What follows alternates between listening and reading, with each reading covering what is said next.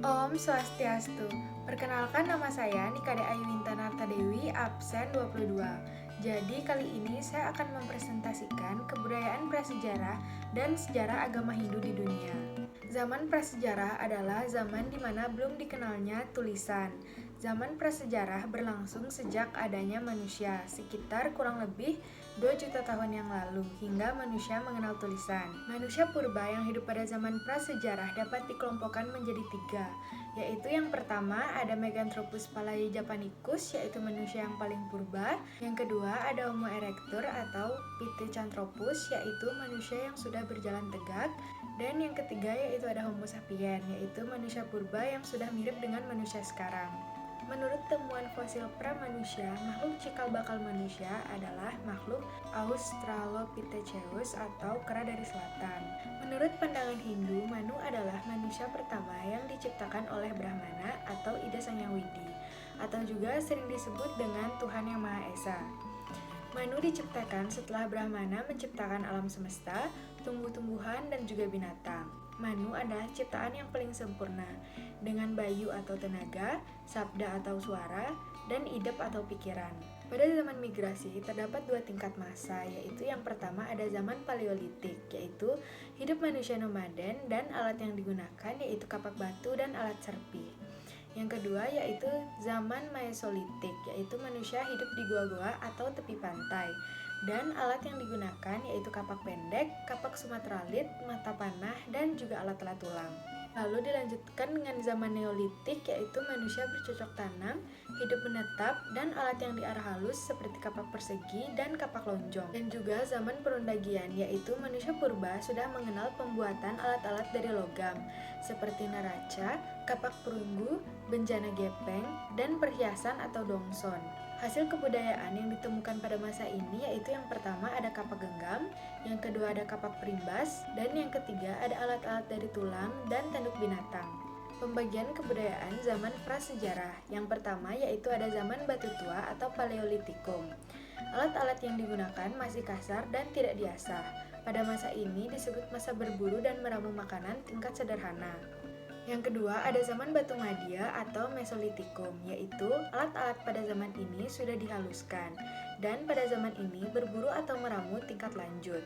Yang ketiga ada zaman batu baru atau Neolitikum, yaitu mulai maju dan adanya revolusi kebudayaan. Masa ini disebut masa bercocok tanam. Alat-alat yang digunakan yaitu kapak persegi dan kapak lonjong. Yang keempat ada zaman logam, yaitu kebudayaannya kapak corong atau kapak sepatu, neraca, perhiasan seperti kalung, anting, gelang, dan juga cincin. Zaman logam di Indonesia adalah zaman perunggu. Dan yang kelima ada zaman batu besar, yaitu Megalitikum. Kebudayaan menghasilkan bangunan-bangunan atau barang-barang yang besar. Hasil kebudayaannya yaitu mentir atau tugu sebagai peringatan terhadap arwah nenek moyang. Yang kedua ada dolmen, yaitu meja batu sebagai tempat sesajen. Yang ketiga sariopagus, yaitu kubur batu seperti keranda atau lesung. Yang keempat kubur batu, yaitu peti nenek moyang. Yang kelima pundan berundak-undak, yaitu bangunan pemujaan dari batu yang bertingkat-tingkat. Dan yang terakhir arca-arca, yaitu patung batu. Sejarah agama Hindu di dunia.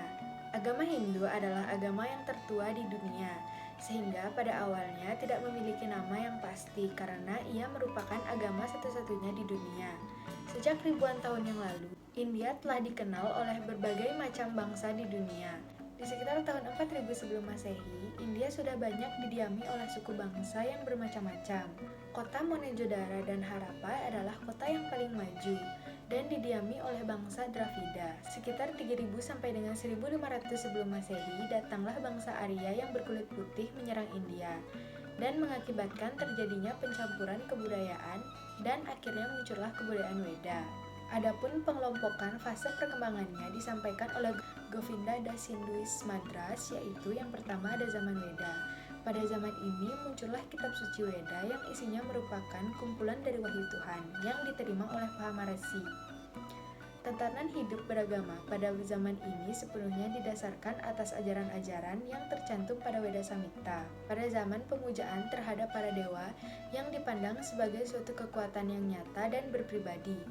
Dalam zaman ini pula dikisahkan mitologi pada dewa antara lain, yaitu yang pertama ada Dewa Agni, dihubungkan dengan upacara persembahan api atau dewa api. Yang kedua, dewa India sebagai dewa penerang dan hujan yang bersenjata bajra atau petir. Yang ketiga, dewa Rudra atau Siwa Rudra sebagai dewa pengasih semua makhluk. Dan yang terakhir, dewa Waruna atau Baruna sebagai dewa laut penguasa hukum alam. Yang kedua, ada zaman Brahmana. Brahmana yaitu penjelasan atau ekspresi dari seorang pendeta yang cerdas dan bijaksana. Dalam hal ilmu upacara, kitab Brahmana memuat upacara dan tata cara melaksanakan upacara keagamaan. Untuk memudahkan pelaksanaan upacara yatnya, dibuatlah kitab Kalpa Sutra sebagai pedoman. Menurut isinya dibagi menjadi 4 jenis, yaitu yang pertama ada Sasrauta Sutra, yang kedua ada Griya Sutra, yang ketiga ada Dharma Sastra, dan yang terakhir ada Sulwa Sutra. Yang ketiga ada zaman Upanishad. Perkembangan agama dimulai dari daratan tinggi di dekat lembah sungai Yamuna hingga sungai Gangga. Kitab Upanishad berisi pembahasan tentang hakikat Brahman, Atman, hubungan Brahman dengan Atman, hakikat Maya, Widya, dan juga Moksa. Pada zaman ini, Atman disebutkan meliputi segala sesuatu. Atman yang ada di tubuh manusia dilapisi oleh zat yang disebut Pancamaya Kosa. Adapun unsur-unsurnya yaitu yang pertama ada Amaya Kosa, yaitu lapisan badan jasmani yang berasal dari makanan. Yang kedua, Pranamaya Kosa, yaitu lapisan badan yang berasal dari prana atau energi.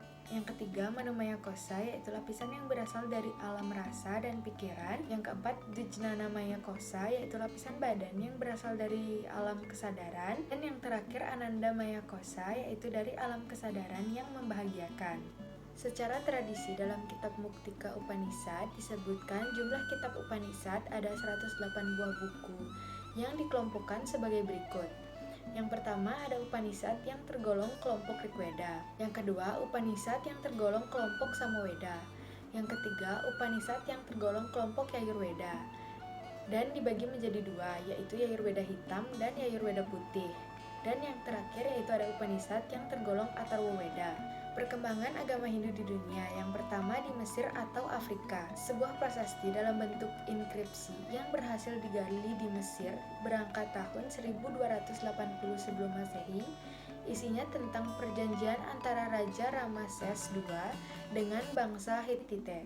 Yang kedua, Madagaskar, pulau yang terletak agak jauh dari pantai timur Afrika Selatan. Dinyatakan kebanyakan nama-nama tempat di sana memiliki hubungan dengan sebutan Rama.